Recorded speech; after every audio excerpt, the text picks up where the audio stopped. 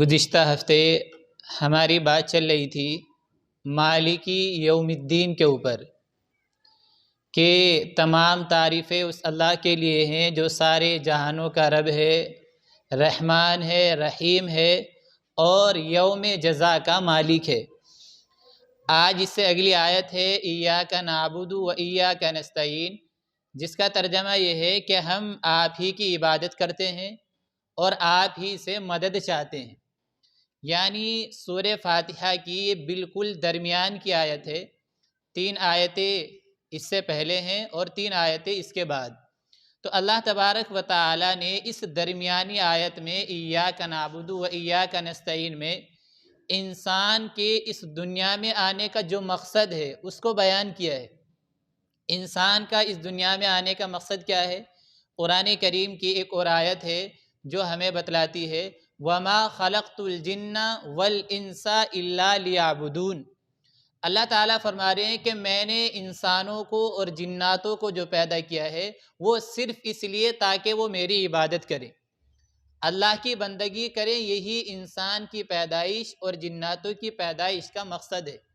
اس لیے پوری زندگی کا خلاصہ یہ ہے کہ انسان خدا تعالیٰ کی عبادت کرنے لگ جائے، اور یہی انسان اور جنات کے اس دنیا میں آنے کا مقصد بھی ہے۔ اس لیے اللہ تبارک و تعالی نے اس آیت میں یعنی سورہ فاتحہ کی ایاک نعبد و ایاک نستعین میں یہ بات بتلائی کہ جب تمام جہانوں کا پالنے والا بھی خدا ہی ہے، وہ تمام مخلوق پر رحم اور کرم کرنے والا بھی ہے، وہ علیم اور خبیر بھی ہے، پوری کائنات کو جاننے والا بھی ہے، اور جب میدان محشر قائم ہوگا، ہر ایک کا حساب اور کتاب ہوگا، جزا اور ثواب اور بدلہ دیا جائے گا، ان سب چیزوں کا مالک بھی جب ہمارا رب ہے تو عبادت بھی ہمیں اسی کی کرنی چاہیے، عبادت کا مستحق بھی وہی ہے۔ اس لیے علماء کرام نے فرمایا کہ عبادت اس ذات کی جاتی ہے جس کو کسی نے پیدا نہ کیا ہو، اور وہ ذات ایسی ہو کہ اس کو کوئی پیدا کرنے میں یا اس کو جو ہے کوئی کام کرنے میں اس کو پریشانی نہ ہو، کوئی رکاوٹ نہ ڈال سکے، اس ذات کی عبادت کی جاتی ہے۔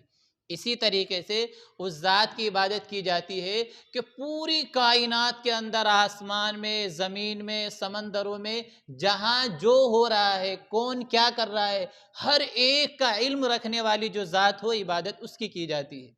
پوری کائنات میں کس کو نفع پہنچانا ہے، کس کو نقصان پہنچانا ہے، جو ان تمام چیزوں کا مالک ہو، عبادت اس کی جاتی ہے۔ اور ایسی ذات صرف خدا تعالیٰ کی ذات ہے کہ جو پوری کائنات میں جو کچھ ہو رہا ہے اس کو دیکھ بھی رہی ہے، پوری کائنات کے اندر کس کو نفع پہنچانا ہے، کس کو نقصان پہنچانا ہے، وہ اس سے بھی باخبر ہے، اور پوری کائنات کے اندر اگر وہ کچھ کرنا چاہے تو اس کو کوئی روکنے والا اور ٹوکنے والا نہیں۔ یہ ایسی ذات صرف اللہ تبارک و تعالیٰ کی ذات ہے۔ جب وہ ذات ایسی ہے تو ہمارا حق بنتا ہے کہ ہم عبادت بھی اسی کی کریں۔ اس لیے اللہ تبارک و تعالیٰ نے فرمایا ایاک نعبد و ایاک نستعین، کہ اے اللہ ہم آپ ہی کی عبادت کرتے ہیں اور آپ ہی سے مدد چاہتے ہیں۔ آج ہم بات کریں گے کہ ہم آپ ہی کی عبادت کرتے ہیں۔ انسان عبادت جو کرتا ہے، ہم تو یہ سمجھتے ہیں کہ بندے نے نماز پڑھ لی یہ عبادت ہو گئی، روزہ رکھ لیا یہ عبادت ہو گئی، زکوٰۃ دے دی، حج کر لیا، عمرہ کر لیا یہ عبادت ہو گئی۔ لیکن عبادت جو ہے انسان کے ظاہر سے بھی ہوتی ہے، انسان کے باطن سے بھی عبادت ہوتی ہے۔ عبادت کی جو علماء کرام نے خلاصہ پیش کیا کہ انسان کا اپنے تمام اعضائے ظاہرہ کو، جو اس کے جسم کا ایک ایک حصہ دکھ رہا ہے اس کو، اور اندر کے اعضاء کو، سب کو اللہ تعالیٰ کی مرضیات کے مطابق چلا لے، اسی کا نام عبادت ہے۔ اب عبادت ہمارے جسم کے باہر سے بھی ہوتی ہے اور اندر سے بھی ہوتی ہے۔ مثلاً انسان اپنی زبان کا استعمال کرے، زبان کی عبادت کیا ہے؟ زبان کی عبادت یہ ہے کہ بندہ اس زبان کے ذریعے سے قرآن کریم کی تلاوت کرے، اس زبان کے ذریعے سے اللہ تبارک و تعالیٰ کی بڑائی بیان کرے، اس زبان کے ذریعے سے درود شریف پڑھے، اس زبان کے ذریعے سے استغفار کی کثرت کرے، اس زبان کے ذریعے سے اچھی باتیں دوسروں کو بتائے۔ یہ ساری کی ساری باتیں زبان کی عبادت ہیں۔ اسی طریقے سے انسان کی آنکھ کی عبادت کیا ہے؟ آنکھ کی عبادت یہ ہے کہ انسان ان آنکھوں کے ذریعے سے محبت کی نگاہ سے قرآن کو دیکھے، اپنی آنکھوں کے ذریعے سے اپنے والدین کو ثواب کی نیت سے دیکھے، ان آنکھوں کے ذریعے اپنے علماء کرام اور مفتیان کرام کو دیکھے کہ ان کی برکت سے مجھے کچھ سیکھنے کا موقع ملے گا۔ اسی طریقے سے ان آنکھوں کے ذریعے سے لکھی ہوئی اچھی باتیں دیکھے، یہ ساری چیزیں عبادت ہیں آنکھ کی۔ اسی طریقے سے انسان کے کان کی عبادت کیا ہے؟ انسان کے کان کی عبادت یہ ہے کہ انسان ان کانوں کے ذریعے سے اچھی باتیں سنے، بیانات سنے، تفسیر سنے، قرآن کریم کی تلاوت سنے، کہیں نبی کریم صلی اللہ علیہ وسلم کی حدیث شریف پڑھی جا رہی ہو وہ سنے، کہیں مسئلے مسائل بتائے جا رہے ہوں وہ سنے، یہ کان کی عبادت ہے۔ آپ سب لوگ بھی کان کی عبادت کے اندر مشغول ہیں کیونکہ آپ قرآن کریم کی تفسیر سن رہے ہیں، آپ کان کی عبادت میں مشغول ہیں۔ تو انسان کے جسم کے ایک ایک حصے سے عبادت ہوتی ہے۔ ایسے ہی انسان کے ہاتھ اور پاؤں کی عبادت کیا ہے؟ انسان کے ہاتھ پاؤں کی عبادت یہ ہے کہ انسان ان پاؤں کے ذریعے سے چل کر کے اچھی جگہ پر جائے، مثلا مسجد میں جائے۔ حدیث شریف میں آتا ہے کہ بندہ جب اپنے گھر سے مسجد کے لیے نکلتا ہے تو ہر قدم پر ایک نیکی لکھی جاتی ہے، ایک گناہ مٹتا ہے اور ایک درجہ بلند ہوتا ہے۔ اسی طریقے سے انسان ان پاؤں کے ذریعے سے چل کر کسی اچھی جگہ پر جائے، کسی اصلاحی اور دینی مجلس میں جائے، ان پاؤں کے ذریعے سے چل کر کسی کی مدد کے لیے جائے، کسی کا سہارا بٹانے کے لیے انسان ان پاؤں کے ذریعے سے چل کر جائے، یہ سب عبادت ہے انسان کے پاؤں کی۔ ہاتھ کی عبادت یہ ہے کہ انسان ان ہاتھوں کو خیر کے کاموں میں استعمال کرے، ان ہاتھوں کے ذریعے سے کمزوروں کو سہارا دے دے، ان ہاتھوں کے ذریعے سے صدقہ خیرات خدا کی راہ میں دے دے، یہ ساری عبادت ہے ہاتھ کی۔ اس طریقے سے ہم سوچتے چلے جائیں گے تو ہمیں معلوم ہوتا چلا جائے گا کہ انسان کے جسم کے ایک ایک حصے کی عبادت الگ الگ ہے۔ انسان کے دماغ کی عبادت یہ ہے کہ انسان خدا کی بنائی ہوئی مخلوقات میں غور و فکر کرے کہ خدا نے اتنا بڑا آسمان بنایا، سوچے یہ زمین بنائی، سمندر بنایا، خدا تعالیٰ اتنی بڑی مخلوقات کو کیسے روزی پہنچا رہا ہے، یہ اتنے اونچے اونچے پہاڑ خدا تعالیٰ نے کیسے بنا دیے، ان میں سے پانی کیسے اللہ تبارک و تعالیٰ نکالتے ہیں، بچوں کی پیدائش کیسے ہو رہی ہے، رزق کہاں کہاں اللہ تعالیٰ پہنچا رہے ہیں، ان تمام چیزوں میں انسان اپنا دماغ اور ذہن دوڑائے گا تو یہ ہمارے دماغ اور ذہن کی کیا ہوگی؟ عبادت ہوگی۔ اس لیے ہم اپنے دل سے اللہ کی عبادت کریں۔ دل یہ ہے کہ انسان کے دل میں کسی کی طرف سے برائی کا خیال نہ آئے، انسان اپنے دل میں کسی کی طرف سے حسد نہ رکھے، کینہ نہ رکھے، بغض نہ رکھے، دشمنی اور عداوت نہ رکھے۔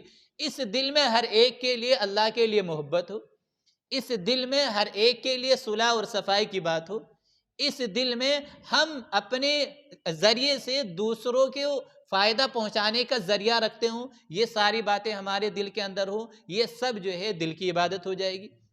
تو یہ ساری چیزیں عبادت ہی میں شمار ہوتی ہیں۔ صرف عبادت یہ نہیں کہ ہم صرف نماز پڑھ لیں، یا صرف عبادت یہ نہیں کہ ہم روزہ رکھ لیں، عبادت تو یہ ہے کہ انسان اپنے پورے ظاہر کو اور اندر کو اللہ تبارک و تعالیٰ کے حکموں کے مطابق گزار لے، یہ اصل عبادت ہے۔ ورنہ انسان نمازیں پڑھتا رہے گھنٹوں مسجد میں آ کر اور باہر خدا کی نافرمانیاں کرتا رہے، ایسی عبادت سے کوئی فائدہ نہیں ہوگا۔ انسان کا ایک ایک عمل اگر خدا کے حکم کے مطابق گزر رہا ہے تو یہ زندگی قابل تعریف ہوگی، اس پر اللہ تبارک و تعالیٰ کی طرف سے انعامات ملیں گے۔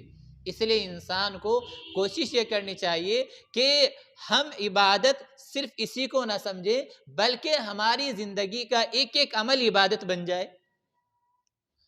علماء کرام نے لکھا ہے کہ اگر انسان اپنی نیت کو درست کر لے تو اس کا زندگی کا ہر عمل عبادت بن جائے گا۔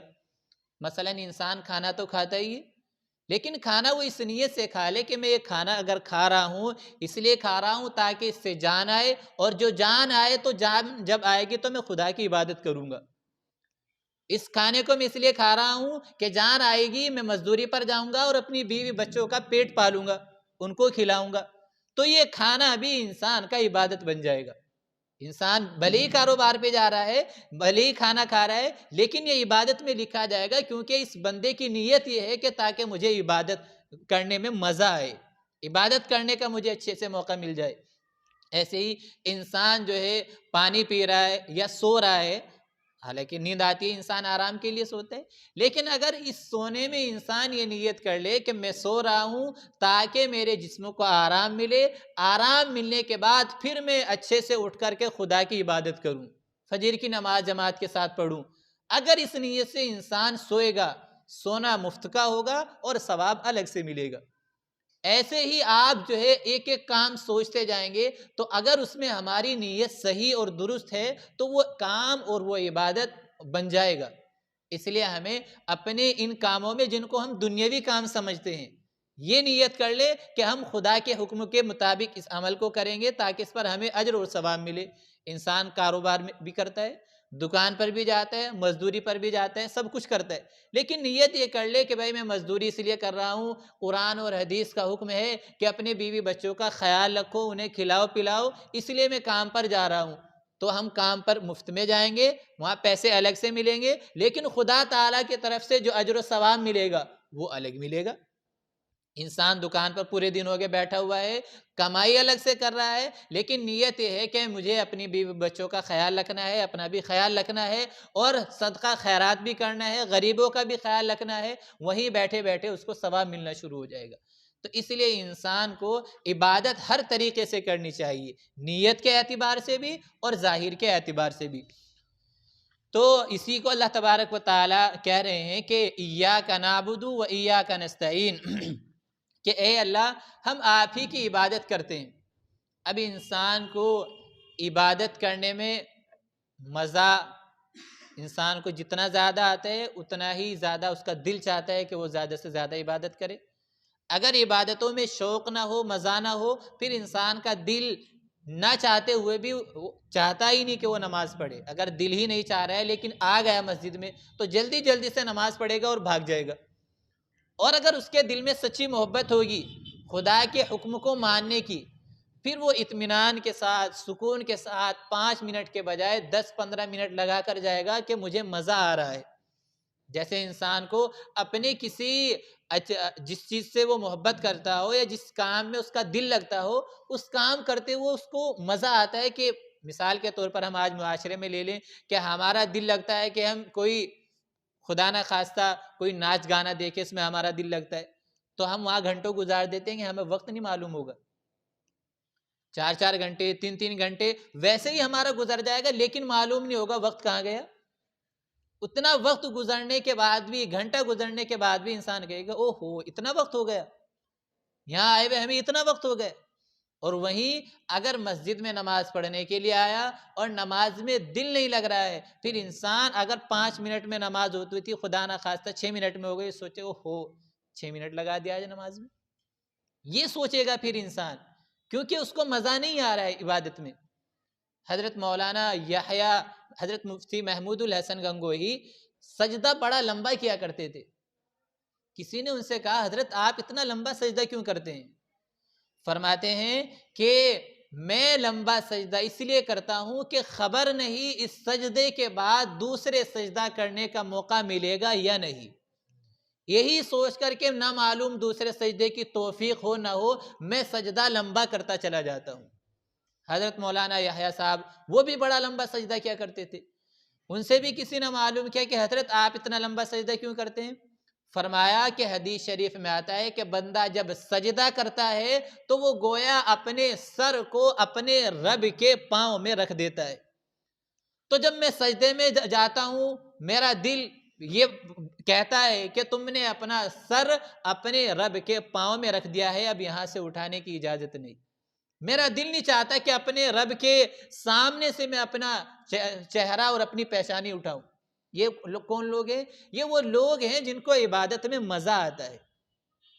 وہ آپ نے مشہور واقعہ ہے، حدیث شریف میں بیان کیا جاتا ہے، 2 صحابی کی ڈیوٹی لگ گئی کہ بھئی قافلہ ٹھہرے گا اب رات ہوئی ہوئی ہے، سامان ہے، پورا قافلہ ہے، کہیں ڈاکو یا کوئی دشمن حملہ نہ کر دے، لہذا 2 آدمیوں کی ڈیوٹی لگا دی گئی کہ آپ پوری رات پہرا دیں گے جاگنے کا، جاگ کر دیکھتے رہیں گے کوئی کدھر سے حملہ آور نہ ہو جائے، اور باقی لوگ آرام کر لیں گے اطمینان کے ساتھ کہ بھائی پہرا دینے والے ہیں، باقی لوگ سو جائیں۔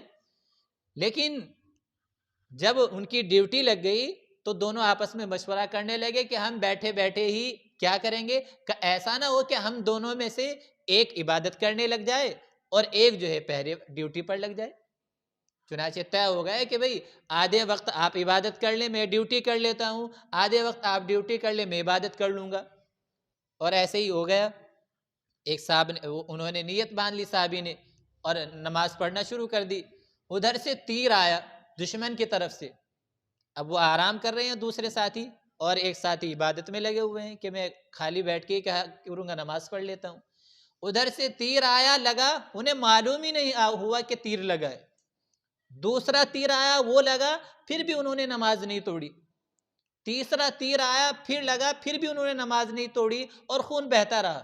جب انہیں یہ خیال ہوا کہ کہیں خون زیادہ نکل جائے اور میں بے ہوش ہو جاؤں اور جو ڈیوٹی اللہ کے نبی نے ہماری لگائی ہے اس میں کوتاہی ہو جائے گی، اس لیے انہوں نے جلدی سے اپنے ساتھیوں کو اٹھایا کہ دیکھو ادھر سے دشمن حملہ آور ہے، دیکھو کدھر ہے۔ اب ان صحابی نے کہا کہ اللہ کے بندے تمہارے 3 تیر لگ گئے ہیں، تم نے پہلے کیوں نہیں جگا دیا؟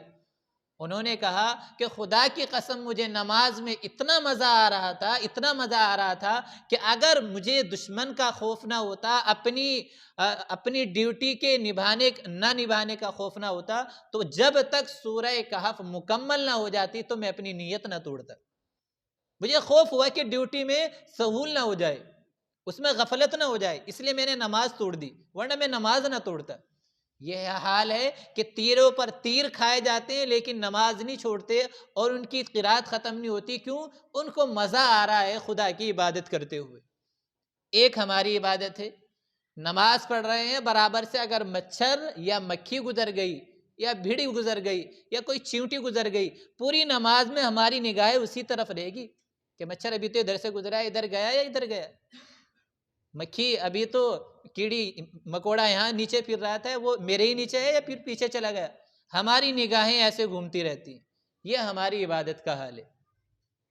اور ایک عبادت وہ تھی، کتنے واقعات ایسے لکھے ہیں کہ ان کو کہا گیا کہ بھئی آپ کی ٹانگ کا آپریشن ہونا ہے، اس میں زخم ہو گیا ہے، انہوں نے کہا کہ جب میں نماز پڑھوں گا جب میری ٹانگ کا آپریشن کر لینا۔ نماز پڑھ رہے ہیں، ٹانگ کٹ بھی گئی، انہیں احساس تک بھی نہیں ہوا کہ ان کی ٹانگ کٹ گئی، ٹانگ کٹ گئی ہے، یہ انہیں معلوم نہیں ہوا۔ آج ہمیں مچھر کاٹنے کی بات نہیں، مچھر بن بنا جائے ہلکا سا تب ہماری حالت بگڑ جاتی ہے۔ اس لیے ہمیں اپنی نمازوں کے اندر خشوع اور خضوع پیدا کرنا ہے۔ عبادت کا جو حق خدا تعالیٰ نے بتایا ہے اس کے مطابق ہمیں عبادت کرنی ہے، وہی قابل قبول بھی ہے۔ ورنہ انسان 2 ٹھونگے سے مارے اور ادھر ادھر کے خیالات دل میں آئے اور جو ہے سلام پھیرو اور نکل جائے، ایسی عبادت کا کیا فائدہ؟ جیسے نماز سے پہلے حالت تھی ویسی نماز کے بعد ہے، کچھ بھی بدلاؤ اور کچھ بھی تبدیلی نہیں آئی تو ایسی عبادت کا فائدہ کیا ہوگا؟ حدیث شریف میں آتا ہے کہ جب بندہ ایسی نماز پڑھتا ہے جلدی جلدی اور 2-4 سجدے کر کے باہر نکل جاتا ہے، ایسے لوگوں کی نماز گندے کپڑے کی طرح لپیٹ کر ان کے منہ پر مار دی جاتی ہے۔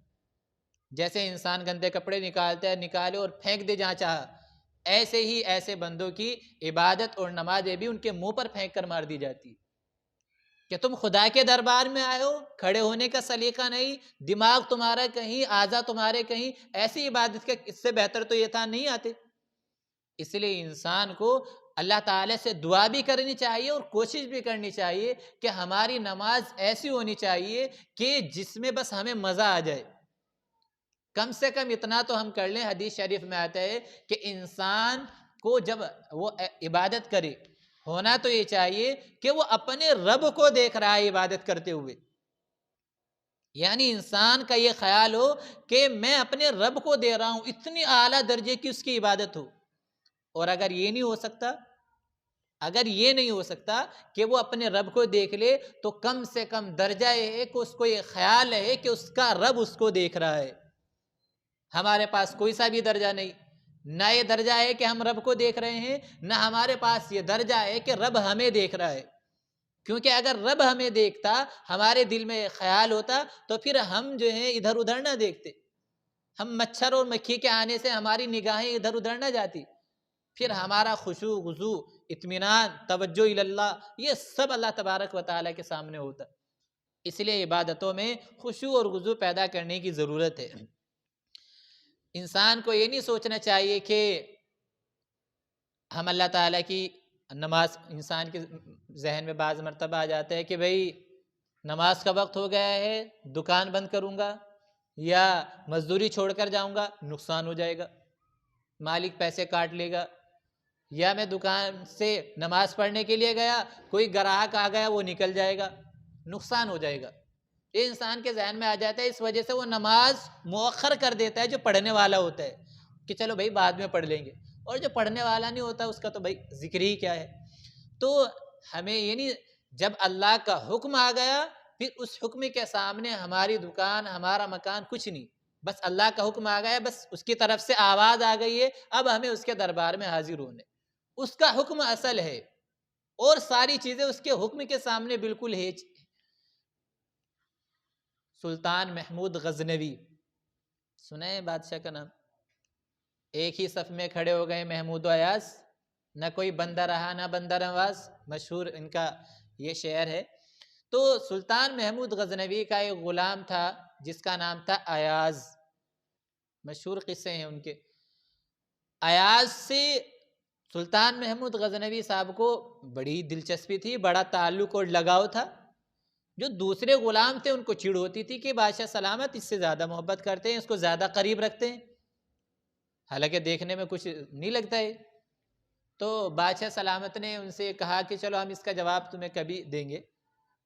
بادشاہ سلامت نے پھر ایک مرتبہ سوچا، سب غلام بیٹھے ہوئے تھے، اور اپنے دربار میں سے ایک ہیرا منگوایا، قیمتی ہیرا، اور ایک ہتھوڑی منگوائی، ایک غلام کو دیا، پہلے غلام کو دیا کہ یہ ہتھوڑی ہے، یہ ہیرا ہے، اس کو توڑ دو۔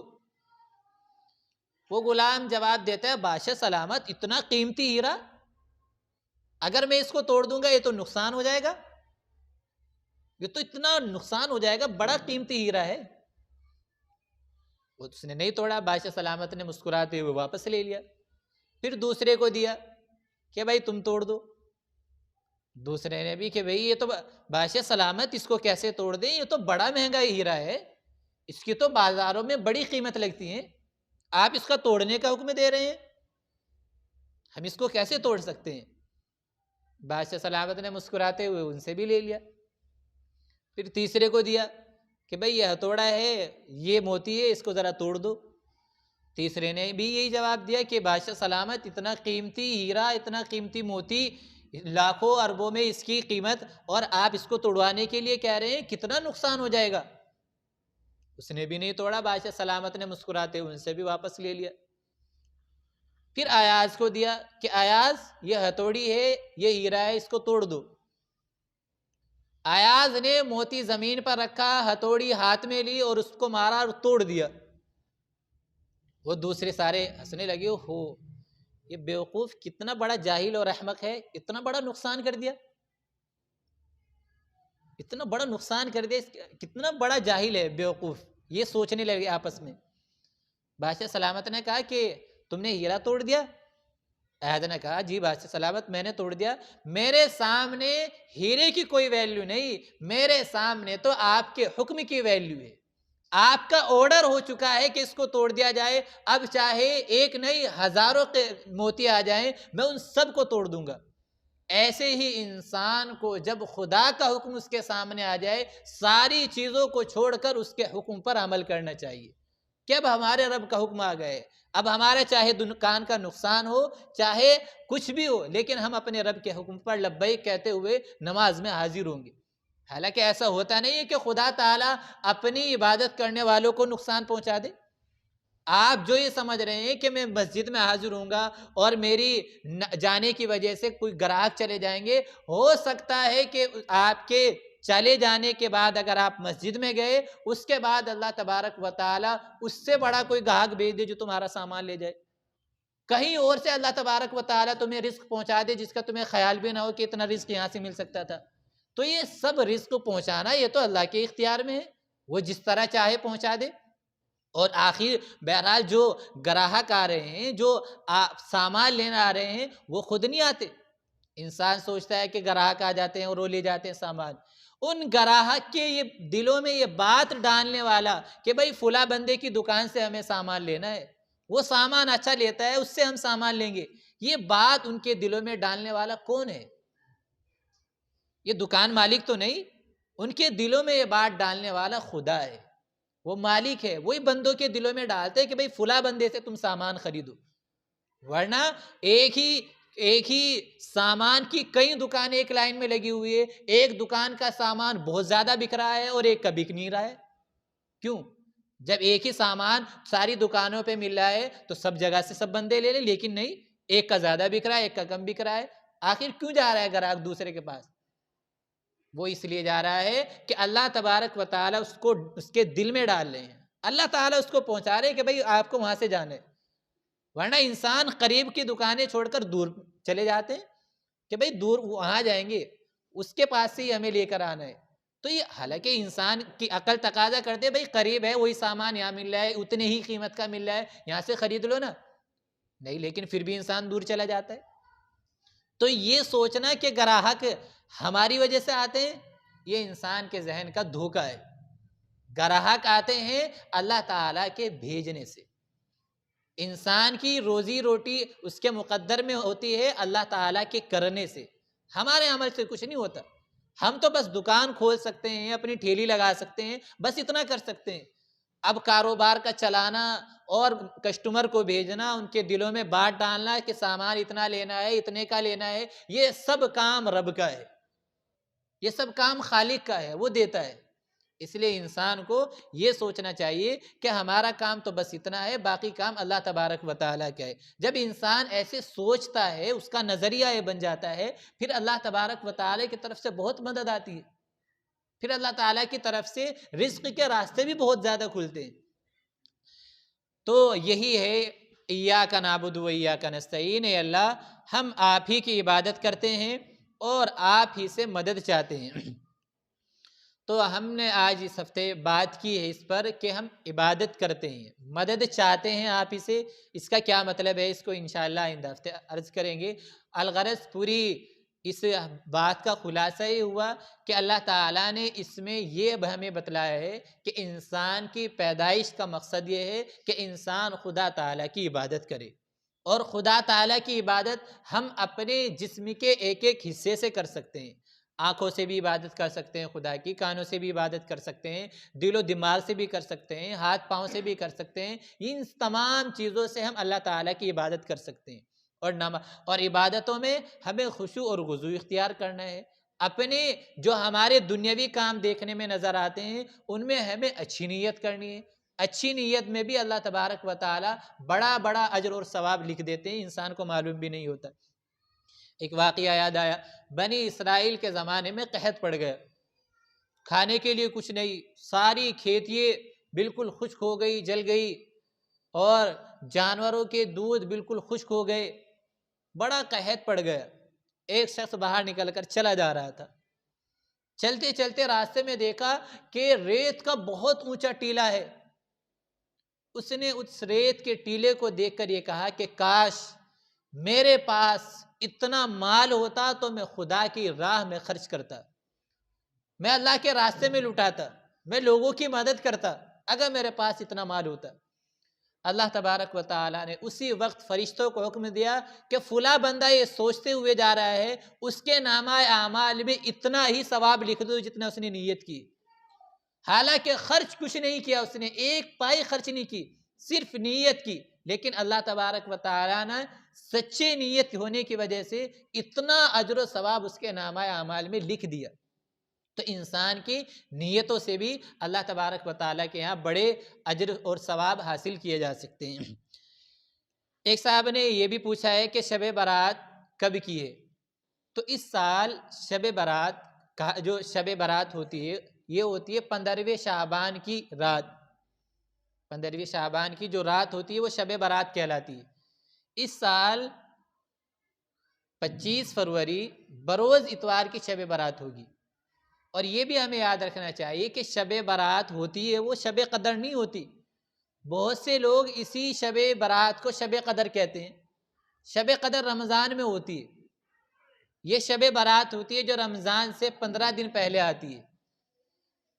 اسی طریقے سے یہ بھی معلوم کیا گیا ہے کہ شب برات میں کیا ہوتا ہے۔ شب برات میں اللہ تبارک و تعالیٰ کی طرف سے یہ فیصلہ ہوتا ہے کہ اس سال کتنے بچے پیدا ہوں گے، کون پیدا ہوگا، کہاں پیدا ہوگا، یہ سب لکھ دیا جاتا ہے۔ کس کی موت اس سال میں ہوگی، کون کہاں مرے گا، پوری ڈیٹیل لکھ دی جاتی ہے، اور کس کو کتنا رزق دیا جائے گا یہ بھی سب لکھ دیا جاتا ہے۔ اور اس رات میں بندوں کے اعمال آسمانوں پر اٹھائے جاتے ہیں، پورے سال کس نے کیا عبادت کی، کیا گناہ کیے، یہ سب اعمال اللہ تبارک و تعالیٰ کی بارگاہ میں پیش کیے جاتے ہیں۔ تو یہ شب برات میں ہوتا ہے۔ شب برات کو شب برات اس لیے کہا جاتا ہے، اس میں اللہ تبارک و تعالیٰ اپنے بندوں کو گناہوں سے بری کر دیتے ہیں، یعنی انسان کے گناہ معاف فرما دیتے ہیں۔ حدیث شریف میں ہے کہ اس رات کے اندر تمام لوگوں کی مغفرت کر دی جاتی ہے سوائے 7 لوگوں کے۔ 7 لوگ وہ ہیں کہ جب تک کہ وہ توبہ نہ کر لے ان کی مغفرت اور بخشش نہیں ہوتی۔ ان میں سے ایک مشرک، ایک قتل کرنے والا، ایک شراب پینے والا، اور ایک والدین کی نافرمانی کرنے والا، اور ایک اپنے ٹخنوں سے نیچے پینٹ یا پاجامہ یا شلوار کو لٹکانے والا، اور ایک چغل خور۔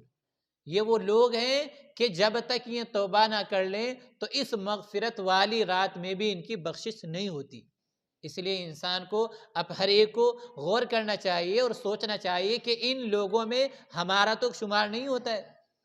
ہم مشرک تو نہیں ہیں نعوذ باللہ، ہم والدین کی نافرمانی تو کرنے والے نہیں ہیں، ہم شراب پینے والے تو نہیں ہیں، ہم قاتل تو نہیں ہیں کسی کے، یا ہمارا پاجامہ یا ہماری پینٹ شلوار جو ہے ٹخنوں سے نیچے تو نہیں جاتی ہے، یا ہم چغل خوری کسی کی غیبت کرنے والے تو نہیں ہیں۔ اگر ہیں خدا نخواستہ تو ہمیں توبہ کرنی چاہیے، اللہ تعالیٰ سے معافی مانگنی چاہیے، اللہ تعالیٰ بخش دیں گے۔ تو اس لیے اس رات میں عبادت کیا کریں انسان، اس میں عبادت کرنے کی جتنی توفیق ملے انسان کر لے۔ مثلا قرآن کریم کی تلاوت کر لے، نفلیں پڑھ لے، ذکر کر لے، درود شریف کی تسبیح پڑھ لے، استغفار پڑھ لے، یہ سب چیزیں عبادتیں اس میں کی جا سکتی ہیں۔ اور عام خاص طور سے جو رواج چل پڑا ہے کہ ایک نماز ایسی ہے کہ اس میں قل هو اللہ احد پڑھی جائے گی اتنی بار سورہ فاتحہ کے بعد، اور اس کے بعد یہ والی سورت اتنی بار پڑھی جائے گی، ایسی کوئی نماز نہیں ہے۔ اور ایسی بھی کوئی نماز نہیں ہے کہ اس میں ایسی نماز پڑھی جائے اس نیت سے کہ پڑھو گے تو ساری عمر کے گناہ معاف ہو جائیں گے، یا یہ کہ اگر ہم نے اس طریقے سے نماز پڑھی تو ہماری جتنی قضا نمازیں ہوئی ہیں وہ ساری ادا ہو جائیں گی، ایسا بھی چلتا ہے۔ وہ سب ایسا کوئی نہ حدیث ہے، نہ قرآن کی کوئی آیت ہے، نہ کوئی ایسا مسئلہ ہے۔ نفلیں جس طریقے سے پڑھی جاتی ہیں کہ سورہ فاتحہ پڑھی جائے، اس کے بعد کوئی بھی سورت پڑھ لی جائے ایک مرتبہ، بس اسی طریقے سے جس طرح عام نمازیں ہم پڑھتے ہیں یہ نماز پڑھنے کا طریقہ ہے۔ ہاں آپ صلاۃ التسبیح اس میں پڑھ سکتے ہیں، صلاۃ التسبیح کا طریقہ جو عام طور سے ہوتا ہے وہ پڑھ سکتے ہیں، لیکن مخصوص طور سے کوئی نماز پڑھنا کہ سورہ فاتحہ اور اس کے بعد 3 مرتبہ یا 11 مرتبہ قل هو اللہ احد، پھر دوسری رکعت میں سورہ فاتحہ، پھر 12 مرتبہ یا 11 مرتبہ قل هو اللہ احد، اس طریقے کی نماز ہماری ماؤں بہنوں میں مستورات میں بھی چلتی ہیں اور خواتین میں چلتی ہیں، اور بہت سے مردوں کو بھی وہ بتا دیتی ہیں، وہ بھی اس پر عمل کرتے ہیں۔ تو ایسی کوئی نماز نہیں ہے، یہ ہمارے ذہن میں رہنا چاہیے۔ اللہ تعالی ہم سب کو عمل کی توفیق عطا فرمائے۔